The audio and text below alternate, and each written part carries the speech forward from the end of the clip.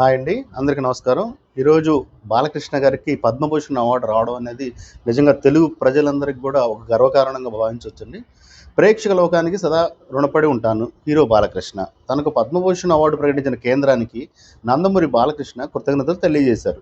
శుభాకాంక్షలు తెలియజేస్తున్న అందరికీ నా ధన్యవాదాలు. నా సుదీర్ఘ ప్రయాణంలో పాలు పంచుకున్న యావత్ చలనచిత్ర రంగానికి ధన్యవాదాలు.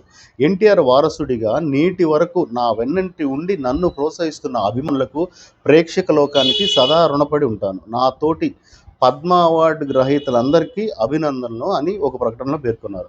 నిజంగా అండి, మరి బాలకృష్ణ గారి నటన రోజు రోజుకి ప్రవర్ధమానంగా పెరిగిపోతూనే ఉంది ఆయన నటన అనేది. మరి గడిచిన 3 సంవత్సరాల నుంచి సంక్రాంతికి వచ్చిన ప్రతి సినిమాలు కూడా బ్లాక్ బస్టర్ అండి.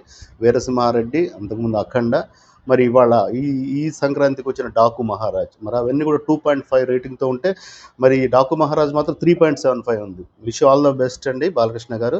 జై బాలయ్య.